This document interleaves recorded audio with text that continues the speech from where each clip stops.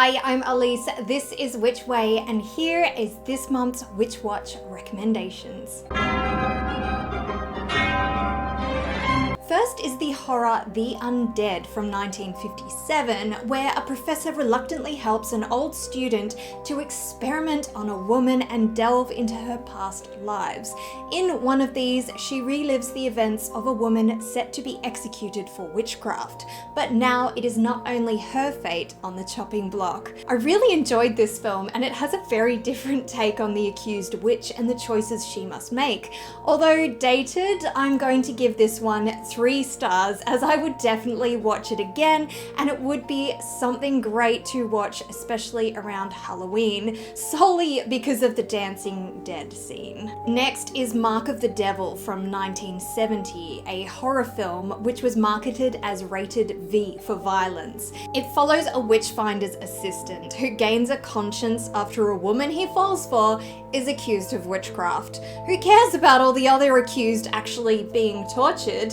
Really, this film used witchcraft as an excuse to show torture on film and aimed to shock its viewers, which isn't far from the truth. I mean, it's not terrible, so almost 2 stars sounds about right.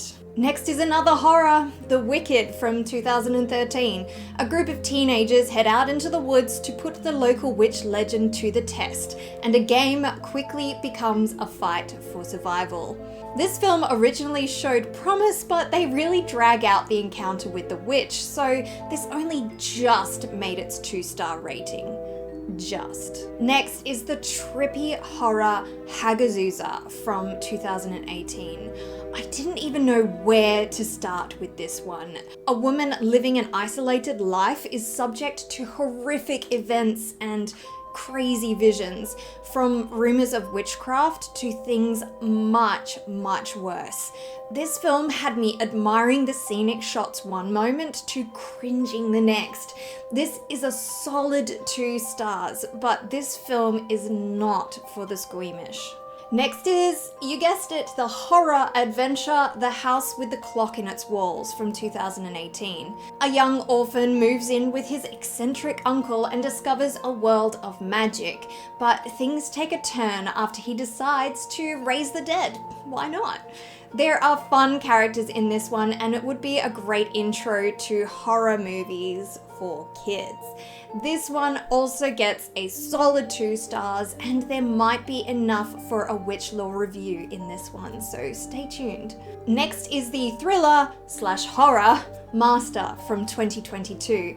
This film follows 3 women of color, 2 faculty and a student, who are adjusting to life at their new campus. Legend has it that the university is haunted by a witch, but the reality is much harsher.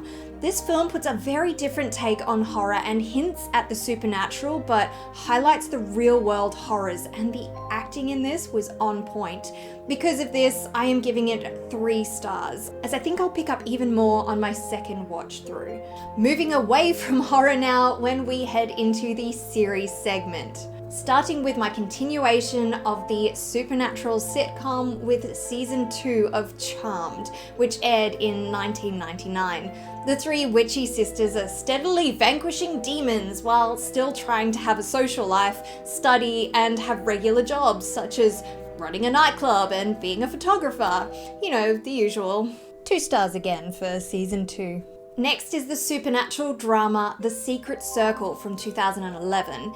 16 years ago, a circle of witches was destroyed. Now our protagonist heads to her dead mother's hometown, joins a new secret circle of witches, discovers her new dark magic, and uncovers her father's part in the events all those years ago.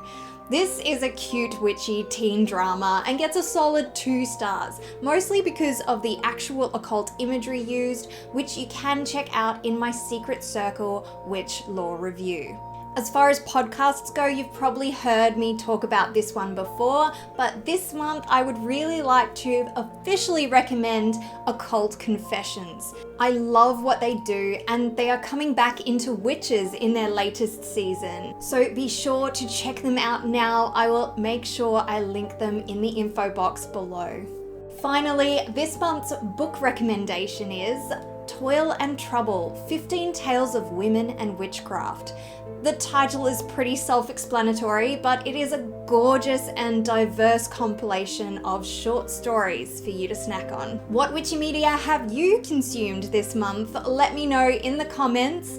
A majority of what I watched this month have been recommendations from the comments, so I would like to thank everybody for their suggestions.